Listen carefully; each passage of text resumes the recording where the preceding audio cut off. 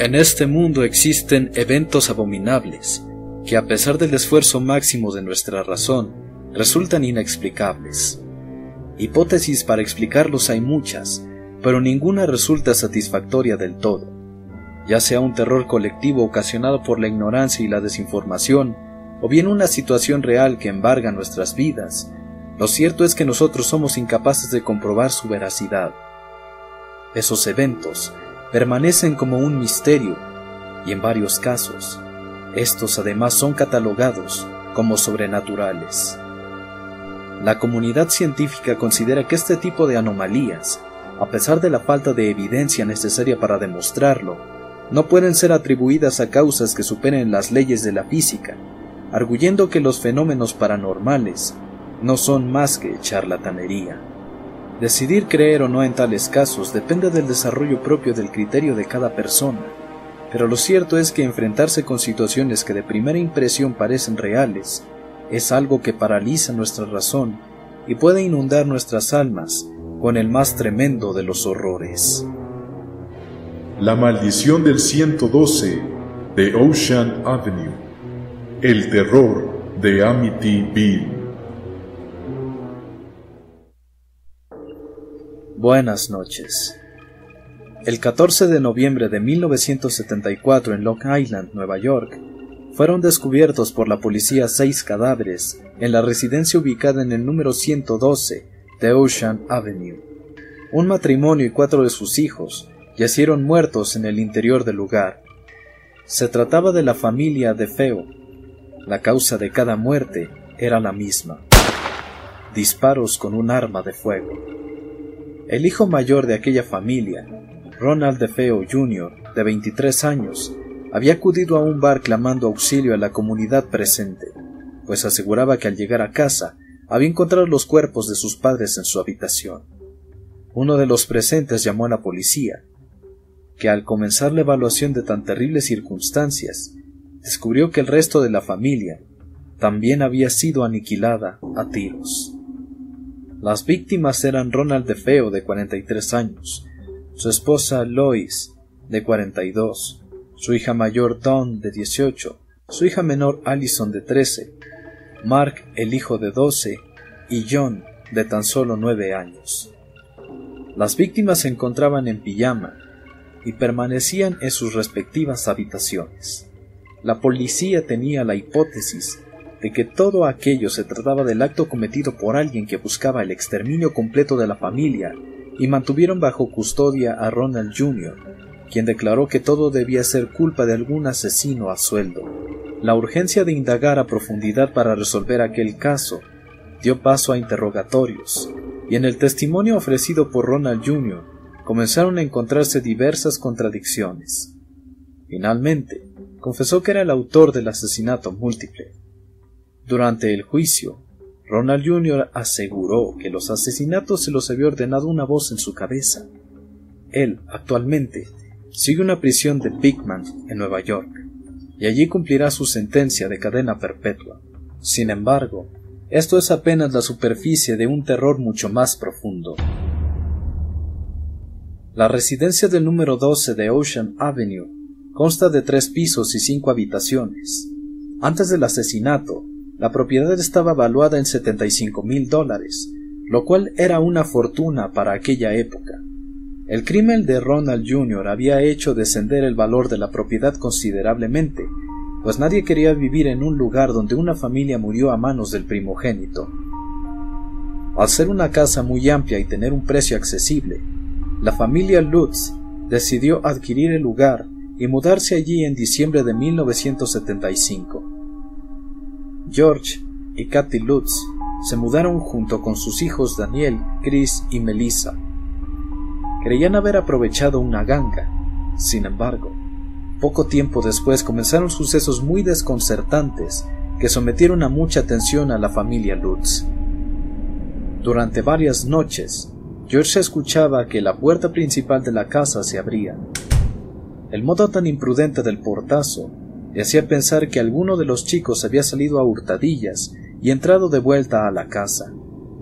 Para averiguar quién era, bajó una noche para confrontar a la persona que estaba saliendo tan tarde. ¿Cuál no fue su desconcierto cuando descubrió que el perro de la familia, Harry, estaba echado ante la puerta, profundamente dormido? Era imposible que alguien hubiera entrado allí.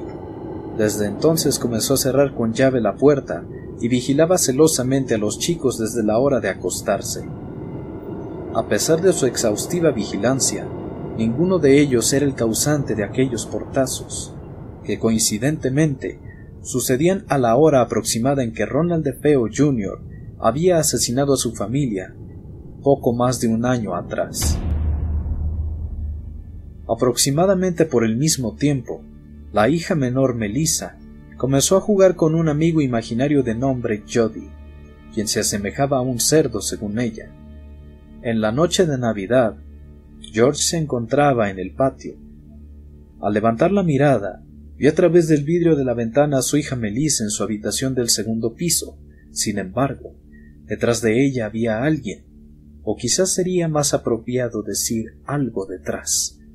Un ser antropoide cuya cabeza se asemejaba a la de un cerdo estaba parado detrás de Melissa.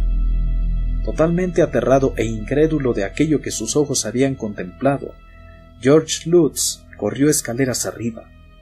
¿Qué ocurriría si el amigo imaginario de la pequeña resultaba ser real? Angustiado, subió de 3 en 3 los escalones y irrumpió en la habitación de la niña solo para descubrir que ella estaba dormida a pierna suelta. No obstante, la silla mecedora donde su madre solía sentarse para leerle un cuento antes de dormir estaba meciéndose lentamente. Tras aquellas tenebrosas experiencias, los Lutz contactaron al abogado de Ronald DeFeo Jr. para que les contara la versión del asesino sobre el macabro suceso.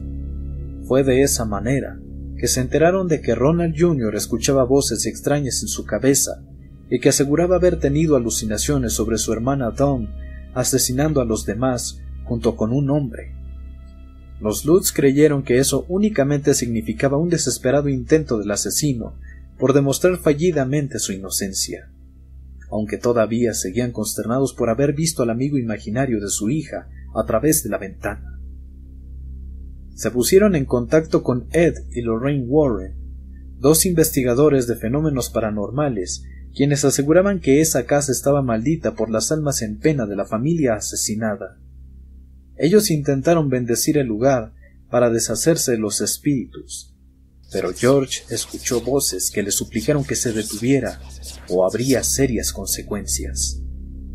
Volvieron a intentarlo una segunda vez, y en aquella ocasión el sacerdote que les ayudó despertó con diversos cardenales a lo largo del cuerpo, como si alguien lo hubiese golpeado durante la noche.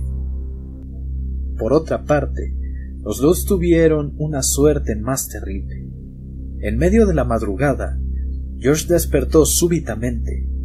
Al lado suyo, Katy estaba levitando por encima de la cama. Cuando quiso acercarse a ella, se percató de que estaba completamente inmovilizado y no podía siquiera pronunciar palabra. Además de esto, escuchó un estruendo en las habitaciones de los chicos, como si algo hubiese levantado por el aire los muebles y los hubiese dejado caer de golpe. Fue entonces que la familia Lutz decidió abandonar la casa en medio de la noche e ir a vivir con la madre de Katy. Los hechos terribles los acompañaron incluso allá, pero cuando advirtieron que varios medios de comunicación se aprovechaban de la historia, decidieron escribir un libro y publicarlo. Ante el escepticismo de la gente, ellos se sometieron a pruebas con detector de mentiras para demostrar que todo era verdad. Finalmente, contactaron a Jay Hanson y en septiembre de 1977 se publicó El horror de Amityville, una historia verdadera. A pesar de lo anterior, cuando se contrastan las respuestas de la familia en entrevistas sobre lo que les ocurrió en aquella casa, las dudas sobre la veracidad de este caso abundan. Por ejemplo, en una ocasión George Lutz aseguró que la última noche en Amityville pudo ver criaturas parecidas a cerdos voladores y otros fantasmas revoloteando por todo el lugar. Pero en una entrevista posterior, optó por decir que todo había sido demasiado horrible para contarlo. Muchos investigadores de ese ámbito Han cuestionado aquellos eventos porque sospechan que George instigó a su familia a fingir que algo estaba mal con la casa, para buscar fama y publicidad, así como obtener una ganancia por ello. La investigadora Sylvia Brown, en su libro Visitas del Más Allá, cree que, en caso de que los Lutz no estuviesen mintiendo, lo más que pudo haber en esa casa fueron tulpas, es decir, la representación de sus propios demonios internos como resultado de repetirse insistentemente que algo estaba mal con la residencia del 112 de Ocean Avenue. Los dueños posteriores de la propiedad aseguran que jamás han visto algo anormal allí. ¿Crees que en verdad algo o alguien se encargó de aterrorizar a la familia Lutz? ¿O solamente fue la avaricia de George lo que llevó a todos a inventar una historia sobrenatural solo para ganar dinero? Puedes dejar un comentario expresando tu opinión. Comparte este video con más personas. Suscríbete a Valter's Horror si deseas seguir al tanto de este y otros casos que tengo reservados para ti. Da me gusta en Facebook y sigue a Careo Lux en Twitter. Un agradecimiento especial para Faraón, quien sugirió el tema para este video. No olvides que el horror de Valter apenas comienza.